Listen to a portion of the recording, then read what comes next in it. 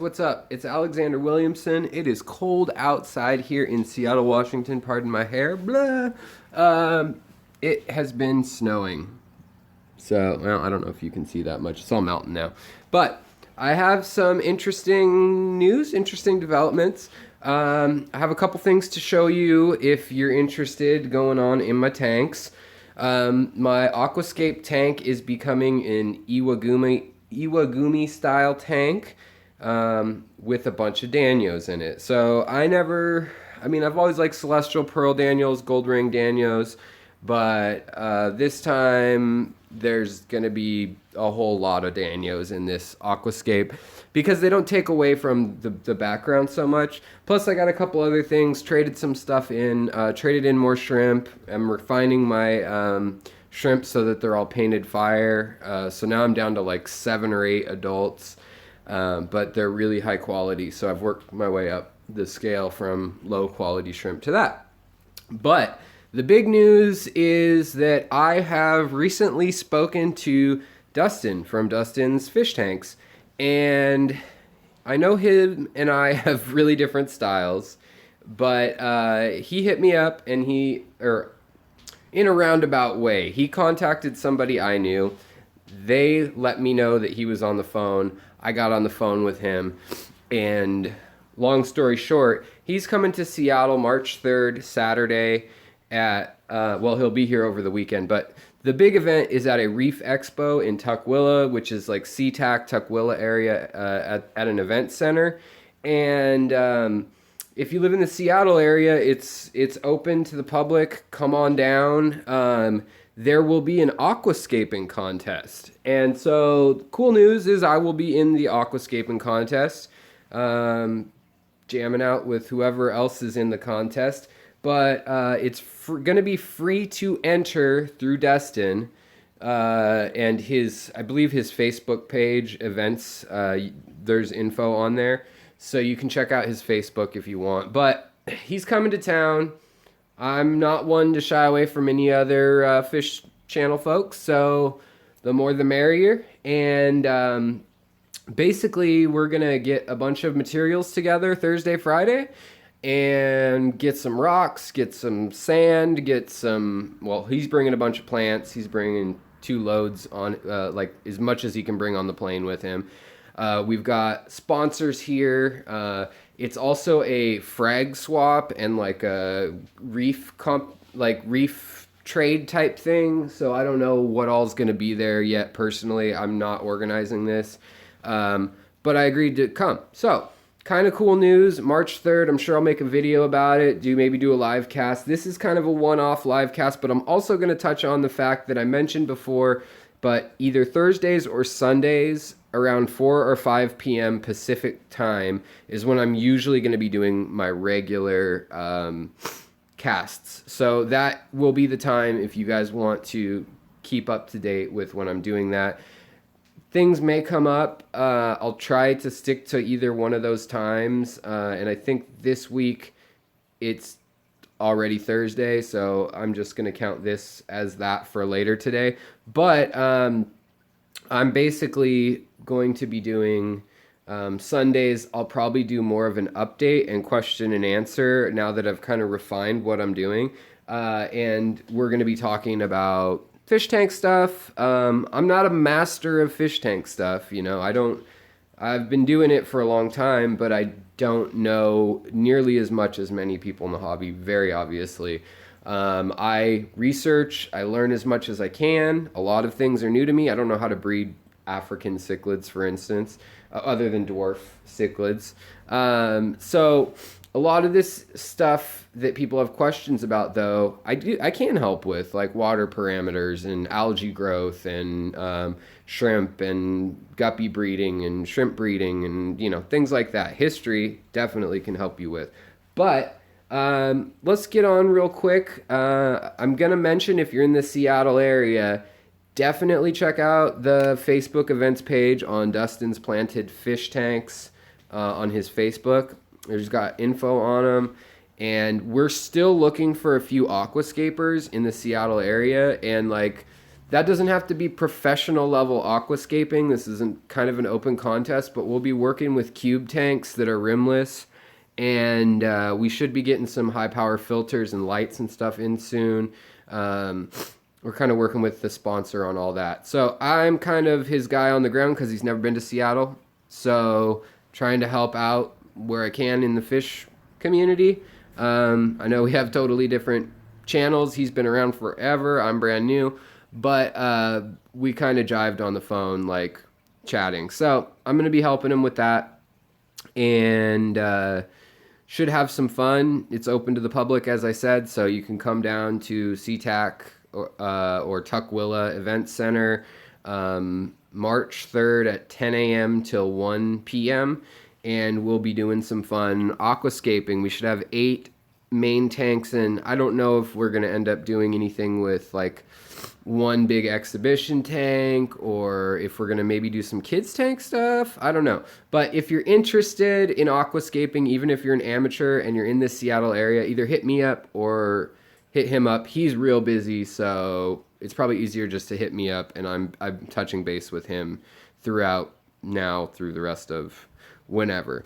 But yeah, so Dustin and I will be kind of heading this off in Seattle, which kind of surprised me because I know he's a big channel and I happen to be in the right place at the right time, I suppose. So I'm not really usually a big yeller, excited, as pumped as he is. He's got some energy that I don't know if I can summon, but you know, he knows a lot of really great info. He knows a lot of people in the industry, and I'm sure I can pick his brain and learn something. You can learn something from everybody you meet in life, and especially if they've been in the business since like 2009, so of YouTube videos. So just wanted to share that with you guys, that's going on. I know some people are like, he's so like loud and hardcore, and other people love him.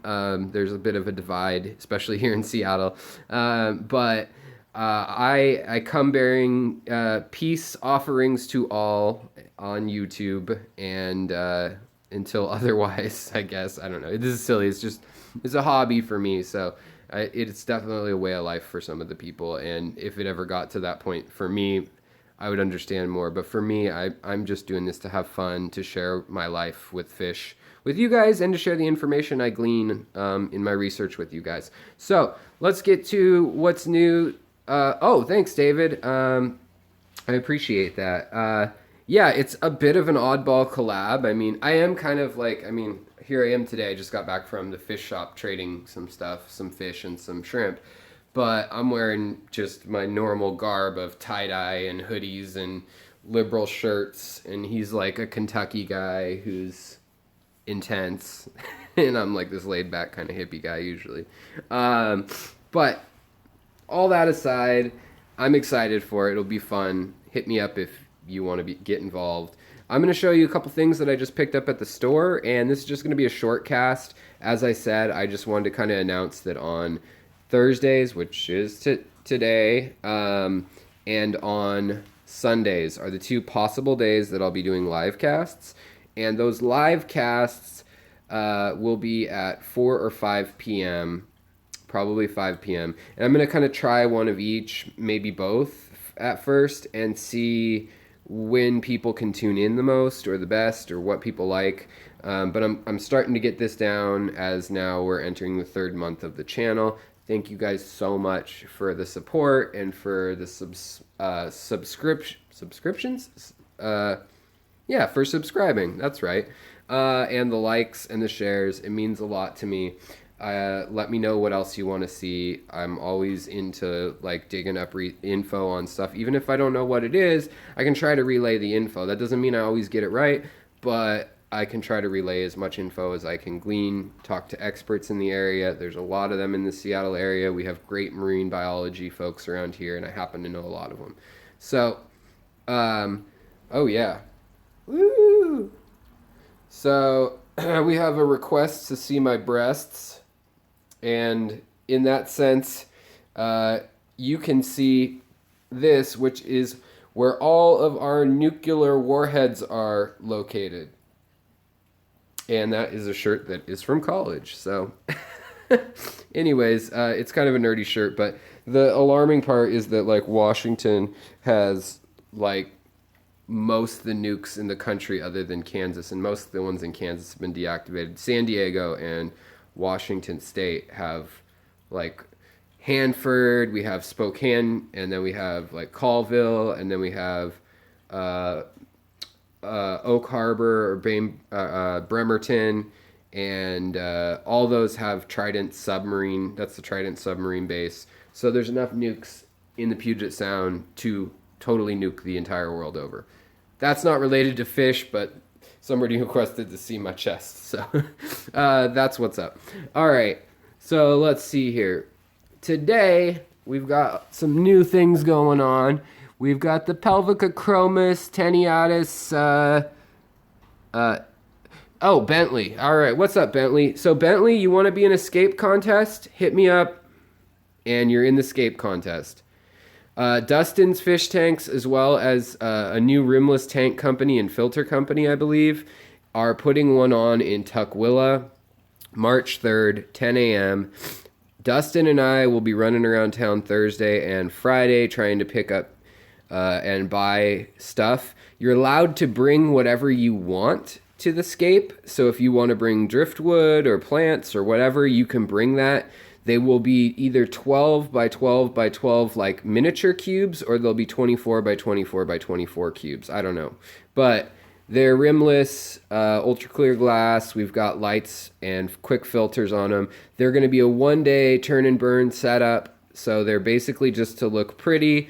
Doesn't need to have like Fluval or, any of this like fancy substrates. We're going to be using probably a lot of sand and gravel, stuff like that. Dustin's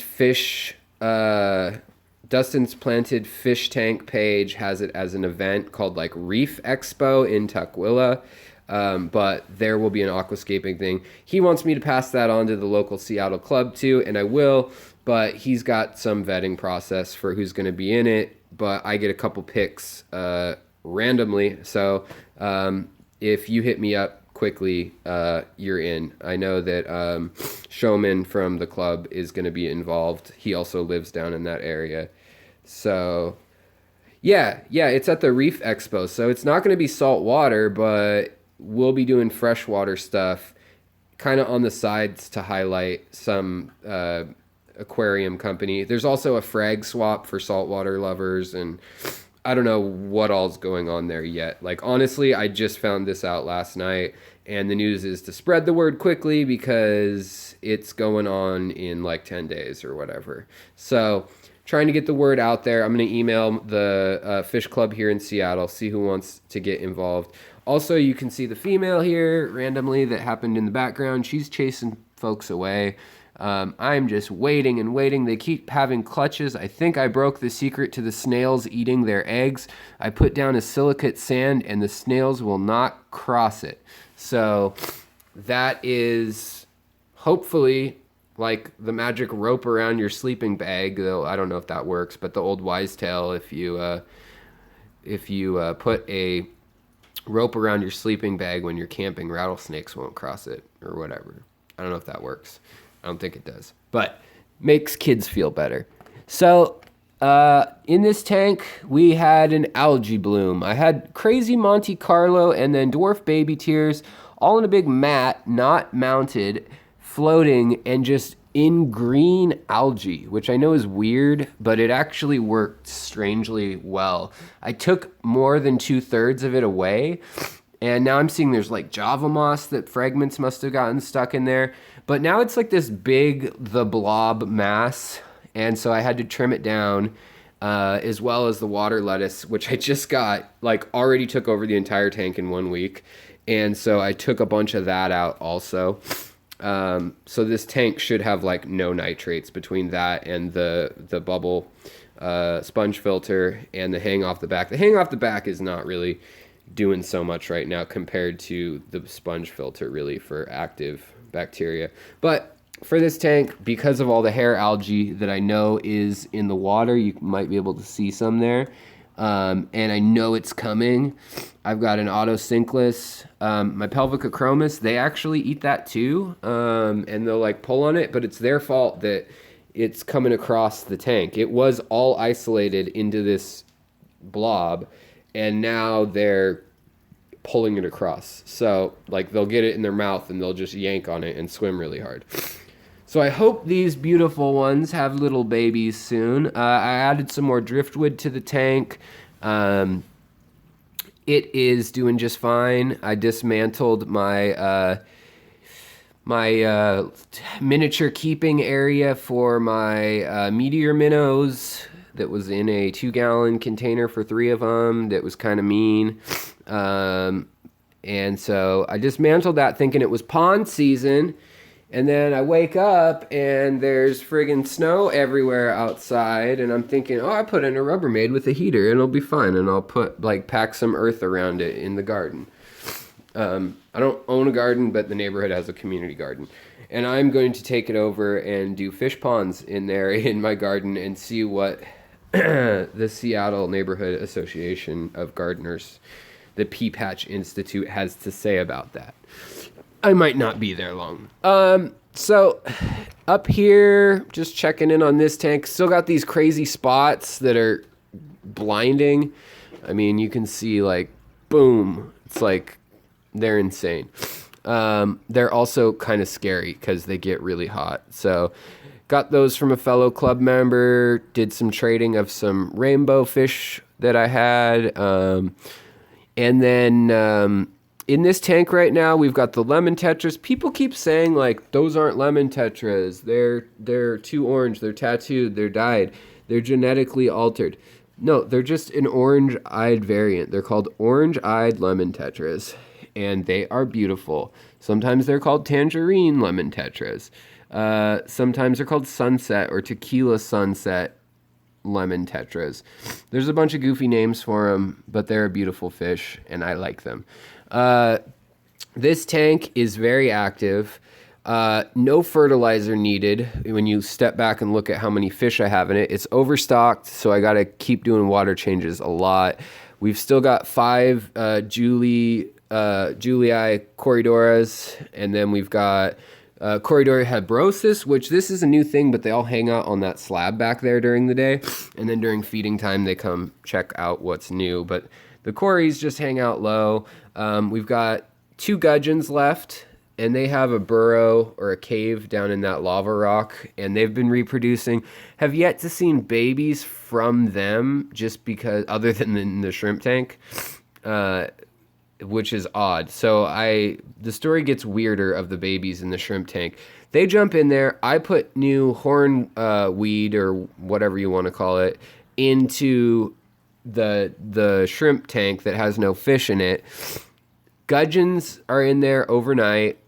4 days later, eggs appear. I don't know if it's from my rainbow fish and the horn wort or weed, or if it is from the gudgeons, like laying eggs. Here's a gudgeon right here. Rainbow peacock gudgeon.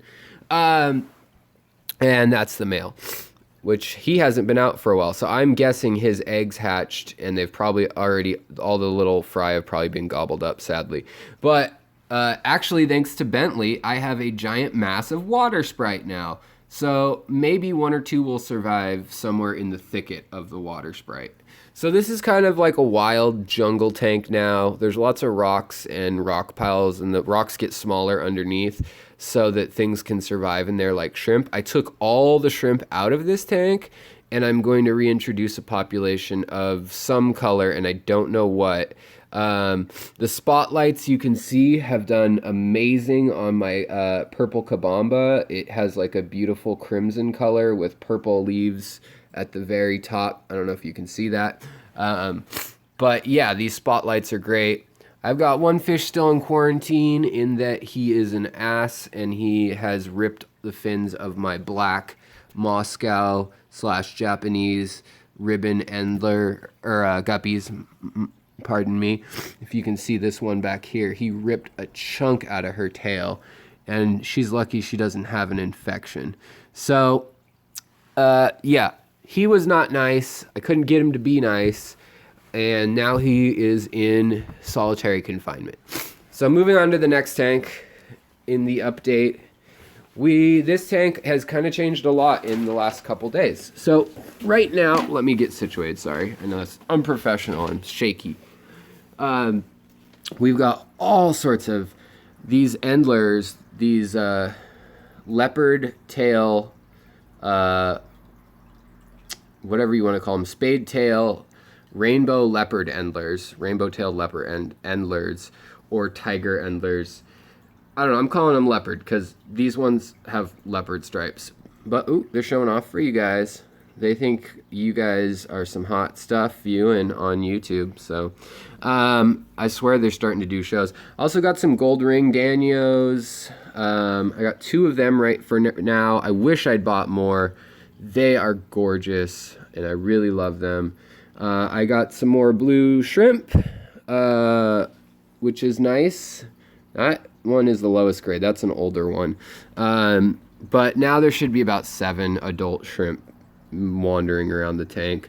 Also, I just spotted this one, and he needs to be cold. So you always get surprised. You can go for... just got your first guppies the other day and you can't wait to breed them. It is fun, especially the first time. Then you're kind of like, what is with these guppies? They make so many babies. Stop it. So have fun at first. If you have 2 tanks, it's even more fun because then you can kind of separate the males and females eventually. Like right now, this female is still pregnant, and the other one took 4 or 5 days to give birth, but now I have 19 babies in the tank from her. And so I'm going to have a whole bunch of leopard endlers coming up. If anything, I mean, this one gave birth already. This one gave birth already. This one has not. And she is a good 50% larger of a belly than the other one had. So, yeah. What's new in this tank, we've got... Wow, they're all going crazy. I've got some Celestial Pearl Danios. I've already got 5 in this tank. And this is a 20 gallon, so I know it's going to get kind of tight in here. But the fry will be being moved from the leopard endlers and sold and so forth. Also, I change water in the tank a lot. The filter's good for a big tank. And then the biggest fish in the tank is going to be these glow light Danios. And clearly they don't want to stay still. They are wigging out. So we've got gold ring Danios in here. We've got celestial pearl Danios. We've got blue shrimp plus this ginormous female. And that's why I'm not that worried about her. I'll probably just put her down in the nursery tank. Because she's a female, I can keep track of her. And when she gets pregnant, I can deal with her accordingly and figure out what to do with her. Whereas males, they get into your tank and then they're going to ruin your whole ecosystem of your strain. I don't know how that one appeared. I think that one honestly is a blue that then got so dark that it split down the back. I don't know. A lot of people have argued with me online about like what it is, so I'm just gonna say I don't know. But yeah, so these glow Danios, 4 female, 1 neon blue, and red tail guppies. Hope to breed the blue up. Yeah, if you've got females with markings on their tail, like it's not a professional way to breed, but you can definitely breed 2 strains in the same tank and just kind of mix strains and see what happens, and then separate those 2. But it's not surefire. Sometimes the babies will come out really plain, the females, and then you won't know which litter is which, so to speak. So beware of that. But this tank has all sorts of Daphnia and stuff in it just because I let it sit as an aquascape for a really long time with like hardly any fish in it. And because of that, the babies are growing super fast. Like the baby fish basically can eat all day long right now. I don't think the Daphnia will be around much longer at this rate. But yeah, okay, they finally settled down. The glow light Danios, kind of cool. They're not the injected or DNA altered ones. They're an actual type of Danio. So but they're kind of cool. They add a little bit of flair since a lot of my plants are going to have this pink or red tinge to them as they grow. I thought that would be fun. There goes another celestial pearl Danio. These ones up here that I recently got don't have nearly as good of color. I don't know if that is because of stress. I mean, it's a different source, and I'm almost like, oh man, do I put them in the tank and let them breed with such beautiful Danios that are already in there? But they're young, so maybe yes. Okay, I don't know. I can always pull out the really pretty ones later, or attempt it. They're really hard to catch. Also, I have a new snail in here that's kind of interesting. It's like an all white, but it's not albino. Sorry guys. The zoom on YouTube videos is awful, but it's like a bladder snail that's just totally translucent except for some pink on its butt. So kind of weird, but I like weird. And I'm trying to get rid of the bladder snails in this tank currently and stick with the ram's horn snails. And I don't mind Malaysian trumpet snails because they kind of overturn the substrate and all that kind of stuff. So, well, thank you that you find the shows helpful and give good advice. I will do a show on guppies soon. Also, I forgot to mention, I am using this kit that terrifies me, that blows up pretty much every time I turn it on, and then I have to monkey with it.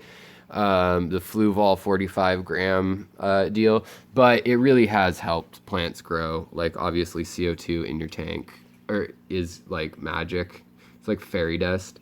But I don't think I'm going to be able to show you the erythromicron rasbora that are in here, which are actually celestial micro Danios. It's a confusing name because people thought they were rasboras coming out of Myanmar and the Thailand border, but they're actually Danios. And same with celestial pearls. Those are not galaxy rasboras, as they're sometimes called. They are celestial pearls. So you can see the orange on this celestial pearl versus the guys up here are so washed out. I don't know if they will get healthy when they're happy in a tank or what the deal is. And I'm a little nervous to put them in together, but so be it. The gold ring Danios, also very beautiful. They look like little cheetahs with like metallic gold on them. If we can get one to stand still in focus. Any case, you can Google it. There we go. And I doubt you're gonna see the other two micro rasboras as they're commonly known, but they're not scientifically known. Well, there's my pleco. I almost got a gold nugget pleco today. I traded in 30 cherry shrimp and 15 Riley shrimp from my shrimp tank. So my shrimp tank is looking sparse. All the adults left are like painted fire, which is great, but there's only like 8 of them left. So I've been really picky, getting rid of anything that's not choice. And then I've got a whole batch of blues. I don't know if you can see those little tiny dots, but there will be a bunch of blues coming online too. So I think I'm going to do another Iwagumi style scape for the event at SeaTac or Tukwila Event Center, or I don't know, Exhibition Center. I don't look at Dustin's page for the exact terminology. I'm sorry, I'm not a doctor, even though I pretend to be one. Hey, good morning. So basically, I am planning on doing another scape kind of similar to this. I have a source for this stone that happens to be free 99, and that's always a good price. So I think I will be taking some small pieces, and I have this really wild out there idea. It's 10 p.m. for you, Heather. Are you in London? Where are you? France? Denmark? During the shrimp culling? Yeah, no, it's not like I'm like cutting the shrimp in half. Well, cheers to you in London. Thank you for tuning in, Heather. I appreciate it. I take it you won't be participating in my aquascaping project here. Australia, man, all over the world. Thanks, guys. I appreciate that. I don't know. I tagged a recent video from Yangon in Myanmar and talked a little bit about the Rohingya, who have been a minority Muslim group targeted by ultra-nationalist Buddhists, which I know sounds like words that shouldn't go together, but literally they've been burned out of their houses and homes and macheted. And we get a lot of these micro rasboras and cool little fish, celestial pearl Danios, out of Myanmar. And we basically had to deal with crazy military dictatorships that were massacring monks and students and blowing up universities and chopping people's hands off and making them disappear. That stops in 2006, somewhat. And all of a sudden, we have some time to get in there as scientists and as collectors of the hobby. And I am trying to fill this tank with all the wonderful things out of Burma, including all these celestial pearls. I'll have like 12 in here, finally. Plus the endlers. The endlers stay up top. Celestial pearls stay really low.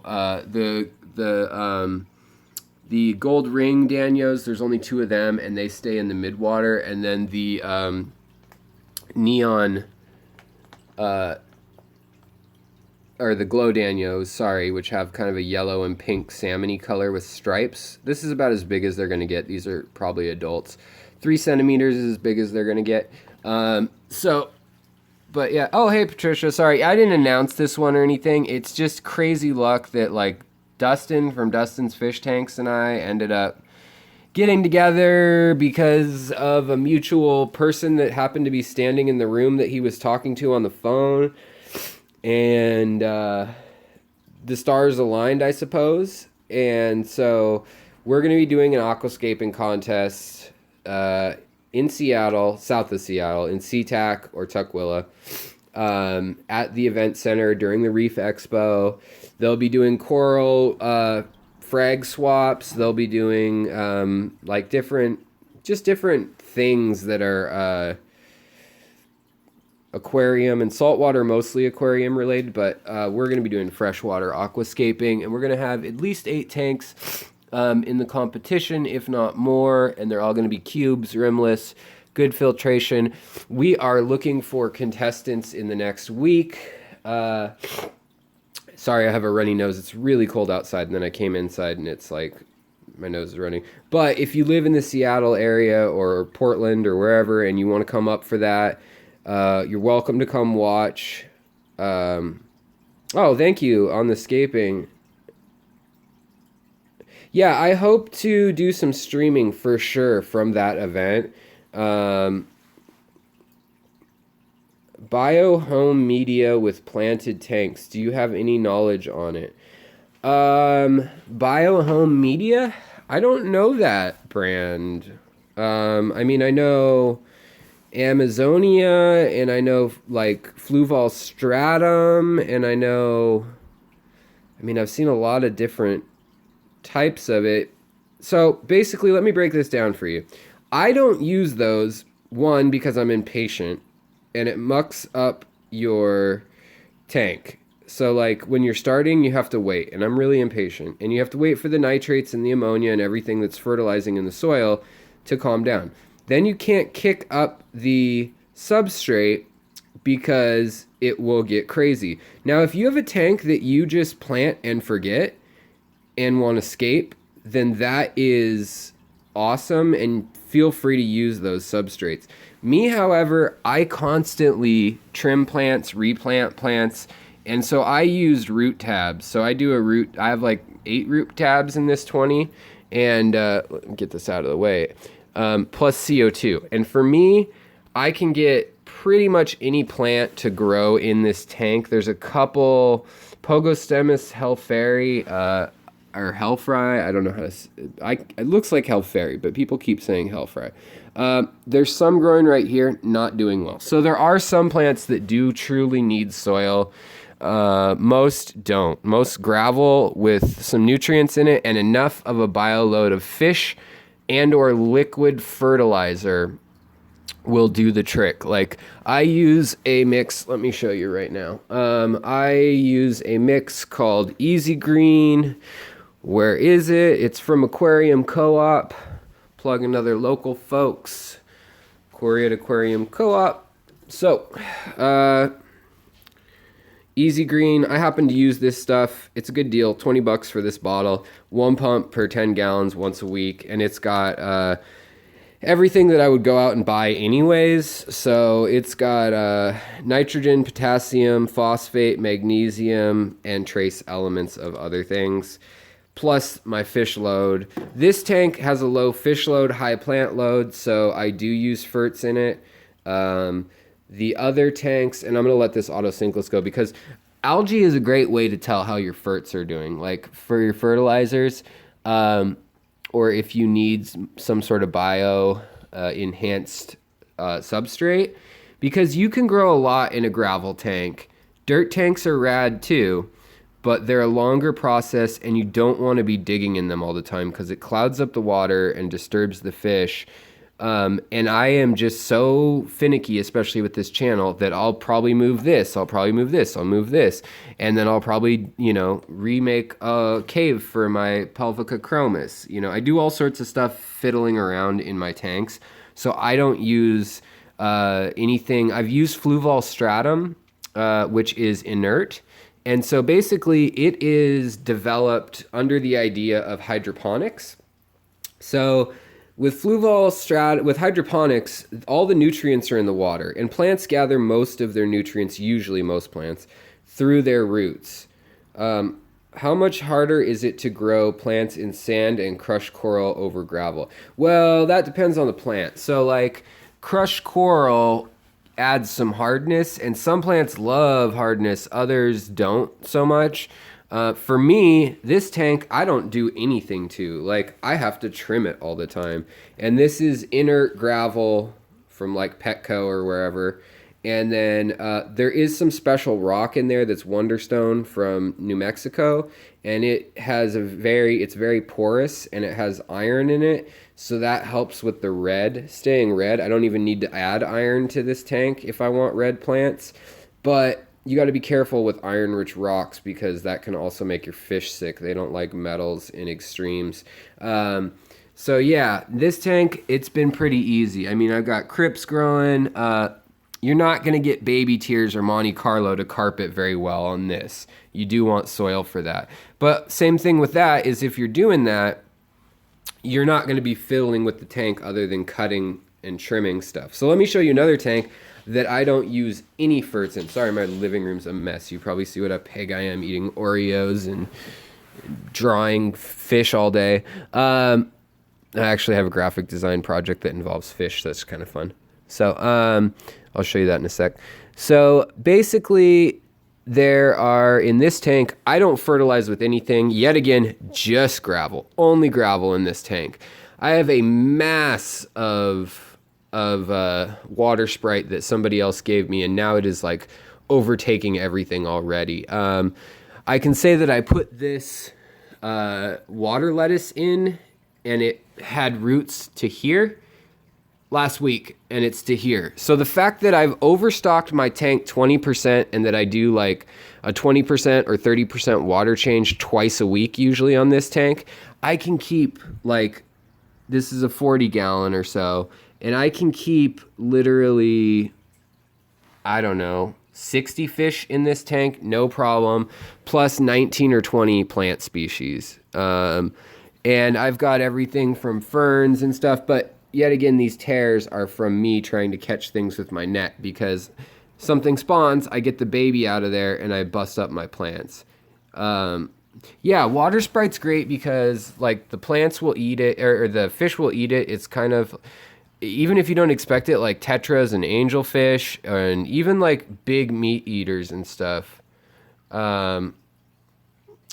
Yeah, sand, that's a good point, Emma. Sand, don't just use sand as like a thin cap if you're not going to disturb things too much. Let's see. One sec, let me read this.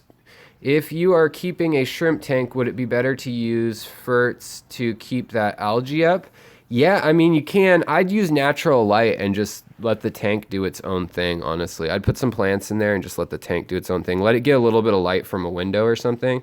Um, but yeah, water sprite's a great plant in that it grows quickly and the fish like to eat it. So even like fish that you wouldn't think would eat it, even like carnivore fish will eat it, which is kind of interesting, all the way down to the catfish. My Pelvica chromis, which are omnivores, and they love, like, if you give them a moving worm or something, they're like dart across the tank to eat it. These two, oh, now they're being all shy. Oh, here she comes. She kind of comes to me now because she knows I'm food. But they love live stuff, and I can only get them to eat their vegetation, basically like the desired vegetation by getting frozen vegetable food, vegetarian food. And then this Rotala indica that I have growing back here, there's a reason there's not bright red, and it's because of these little jerks. Well, they're gone now. But the Pelvica chromis, Tenateus Nigerian red cribs, chew every single bud off of every red plant I have. But I just love the little things so much that I haven't done anything about it. But yeah, they also like that. I wish I could find something that wants to eat some of this water lettuce to keep it in check, but I can always just throw it out or give it away or whatever. But this tank, I do a pump of fertilizer once in a while, depending on how many fish I have in it. In the Iwagumi tank that I have set up, I'll show you my shrimp tank so you can see how much algae's in there. And I've been producing like 50 to 60 shrimp to sell a month at least. So what I do is I take my shrimp, and this is my blue tank. And so where'd they all go? You saw them at the beginning of the cast. There are blue shrimp in here, just believe me. There's one. Wait, there. So there's blue shrimp in here. They reproduce. I see a pregnant male, usually come at night with a flashlight just to see how things are going in the tank. I feed the shrimp on this rock ledge here, or the flap spot, and so they know to come out and check that out, and they do, and then I can swoop up any pregnant females. Then once they've been pregnant for a week or so, I put them down in this tank. Now this tank, I never have added ferts, because when you, pregnant female, and then this tank has never ever had ferts. Oh, I said pregnant male. Sorry. So this tank has never had ferts. It has a lot of snails. I smush them up and just let the shrimp eat them frequently. But the red shrimp here, they're all getting pretty high grade because I've culled the heck out of my strain. Like, I'm throwing away 90% of my strains, or 90% of the young. But now I'm getting these nice, beefy shrimp that are really red. Smush snails are great for guppies too. Yeah, any little snails, I just smash them. Like, I know that sounds mean, but I do. And sorry, all the shaking. I'm zoomed in still. How can I zoom out? Okay. So this rock has gathered moss just from the lamp, but if you add ferts to a tank, you want to break it down into like very small amounts into a shrimp tank, because shrimp are really sensitive to like nitrate and other elements that you would add to your tank. I don't find it necessary. I find algae grows in a tank anyways, but you can see what a deep bio bed I have here. Probably too deep. It's probably anaerobic bacteria under here, but it's all gravel or fluorite. And that's just because of some aquascaping that was in the tank before, and then this end's nice and shallow. But yeah, so I think that if you keep like some stuff on top, right now I know it doesn't look so pretty, and then stuff on the bottom, you can definitely keep your shrimp happy. I mean, if you can see all these little blue ones, I have about 50 blues now. I counted last night, they were all out eating. And I have about 50 blues, some more reds that I'm keeping, that are all coming up, plus a few tangerines that got in there from my last bunch. And then the Pelvica chromis tank has a mix of anything that didn't make the cut, but I'm saving for later in case I do like a certain strain. And you got, nah, never mind. So you almost got to see one of the really cool new fish I have, but they're scared of the world. So they hide behind this aquascape all the time. But this one, it's a mix. So there's sand in here, granted. Would using an undergravel filter help prevent? Yeah, it might help a little bit, but undergravel filters, a lot of people don't like. I haven't used one, honestly, ever. I've always used either hang off the backs or canisters or even just sponge filters. Like Lucas Bretz, if you check out LRB Aquatics on YouTube, he uses exclusively just an airline in a beefy sponge filter, and that is his filter, and he just lets the algae build up, because fish, as much as we don't like algae, fish actually do like that. I have a hang off the back here, and then I put more sponge media and more bio balls and other stuff. I kind of supercharge. I yank the carbon out of my stuff, and then I've got a very small CO2 setup on this tank right now just to get it going, because I didn't use soil. I used root tabs, and because I didn't use the soil, it does take longer to get, like, these are all, every plant in here is from a culture, except that water sprite sprig back there. But everything else is from a culture and is doing well, but you can see that, like, the crypts, they sometimes, like, pull out of the ground because the nutrients is better, and that's because there's a sand pocket here. So that's where you don't want to, like, pack sand in where you have plants. You want to kind of strategically put around it. This tank looks beautiful when it has a flat layer of sand, but I'm not at a place where I am not scooping out shrimp and trimming plants and things like that. So I'm not going to fiddle with it right now. But yeah, I mean, there's a lot of pros and not a ton of cons, but there are some cons to using soil in your tanks. I'm not an expert on it because I don't do it, but I have tried it a few times. I've used, like, natural soil in tanks too, and just want to warn you that there's all sorts of, like, little copepods and funky worms and stuff like that come from your natural soil. And yeah, so wait, I'm planning on doing a carpet so they have enough food. How many breedable shrimp do you have to be able to get that kind of profit? Oh, so down here I started with 10 red cherry shrimp that weren't the best grade. And so I restart, let me rephrase this. Here you can see one that needs culling right now, and it's small, but it needs culling. It's a female, it's clear, it's a wild type. I'm trying to keep this tank as clean as I can, but not professionally clean, in the sense that I have blue babies in here, and you would never want to put two colors together if you're really going to use that. Yeah, you can use those clay balls to plant and grow in the fish tank, or fluval stratum. Those are all inert. They don't have that. Flip Aquatics just did something on that online too, about what he uses. He does all the caridina and stuff. I'm mostly doing neocaridina. I have had tiger shrimp, and I've also had crystal red and black shrimp all do fine in my water parameters.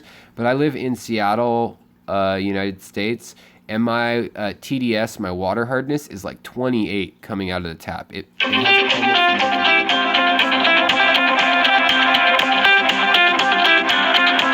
Sorry, wifey.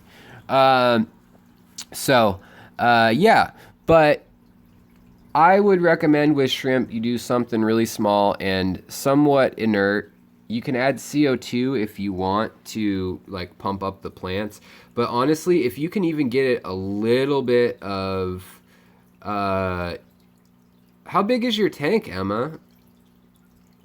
This is just a 10-gallon down here on the floor, and I can produce 100 shrimp a month out of here, plus another 100 coming up. Like, I feed them shrimp pellets, but they also eat just whatever grows in the tank. If you put plants in your tank from a local source, they will grow. It's kind of crazy. So they'll just start growing. There's another blue shrimp that popped out while y'all were talking. But yeah, I like the electric blue shrimp just because they're real pretty and they stand out nice with the CPDs. Well, I've kind of left these guys hanging. Wow, they're going spastic. And these guys hanging. And this video wasn't going to be a long video. It was just going to be like a, hey, what's up, guys? Here's the info. I'm teaming up with Dustin on a little project. Also be teaming up with Peck Tech. We have not worked out what that will be yet, but he is into, let me show you one last thing.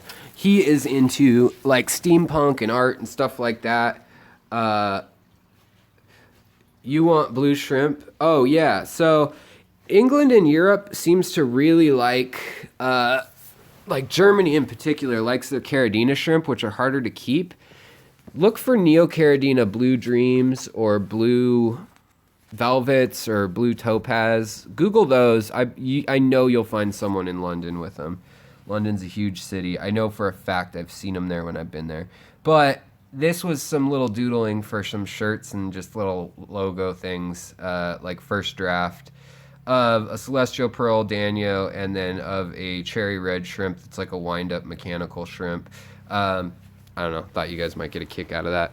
But in any case, I'm probably going to make a whole line of little logos and little things like that. I have a fish tank, 4 fish tanks that are 4 feet by 2 feet by 2 feet. And oh, dang, if you're going to do all shrimp in one of them, you could go crazy. You could have literally thousands of shrimp. Shrimp take up very little bio load. You just need to put enough in. Granted, like Neocaridina are hardy enough because they've been selectively bred to be in these fish tanks now for 20 years. And that's a lot of generations in a shrimp's life. Yeah, check with Mark's Aquatics. Totally. Bingo. He is a friggin' ninja. Check with him. Emma, if you can get a hold of Mark's Aquatics, talk to that guy. I bet he can send you some in the post. So, I'm going to get these fish out of these bags. Thank you guys for joining. I just wanted to throw out there that there's going to be an aquascaping thing, not this weekend, but next. And just going to kind of have some fun with that. These two are trying to breed again. What else was I going to say? Oh yeah, and then I think I'm going to be doing my live streams on Thursdays and Fridays, or Thursdays and Sundays, sorry. I've said this a couple times now. Somewhere around 4 or 5 p.m. Pacific Coast time in the future. So like probably this Sunday I'll probably do one because I'll have talked to Dustin and have more details. If you're interested, yet again, I'll say this one last time. If you're interested in coming to the event on March 3rd at 10 o'clock in Tukwila, which is just south of Seattle by the airport, please come and join. It should be cool. It's an expo for like vendors and things, which is also cool. Here you can see the female sifting sand, and she ruins my life because I put nice sand out and you can see it's coming out of her gills, and then she just moves it all over the place because she hates me. But I love her. These two are my faves. So, yeah, guys, I'll talk to you later. Thank you so much for tuning in, as always, all of y'all. And I'll talk to you later with more info this weekend. Have a good evening, everybody, or a good day if you're down under, if you're in Singapore. We got people all over the place. But bye. Good luck in London. Talk to Mark's Shrimps, for real. Talk to him. There's also a lot of good Facebook groups that trade shrimp, so check that out. In the UK, there's like 70,000 people in one of the groups. All right, Shadden, have a good day. Take care, everyone. Talk to you guys later. Sorry this wasn't the most informative thing, but got a lot of things going on. Bye, Patricia. Take care, guys. Swim on.